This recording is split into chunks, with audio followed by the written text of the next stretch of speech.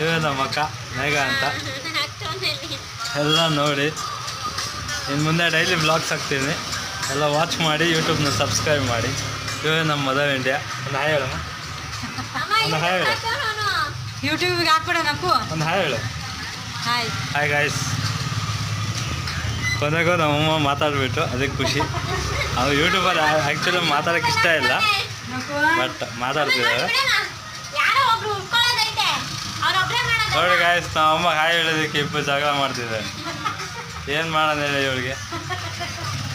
ಇದೇ ನಮ್ಮ ಬೇಕ್ರಿ, ಅಷ್ಟು ದೊಡ್ಡದಾಗಿಲ್ಲ, ಬಟ್ ನೋಡಿ ಬಜ್ಜಿ ಬೋಂಡ ಚೆನ್ನಾಗಿ ಎಲ್ಲ ನೋಡಿ. ಚಾನಲ್ ಸಬ್ಸ್ಕ್ರೈಬ್ ಮಾಡ್ಕೊಳ್ಳಿ.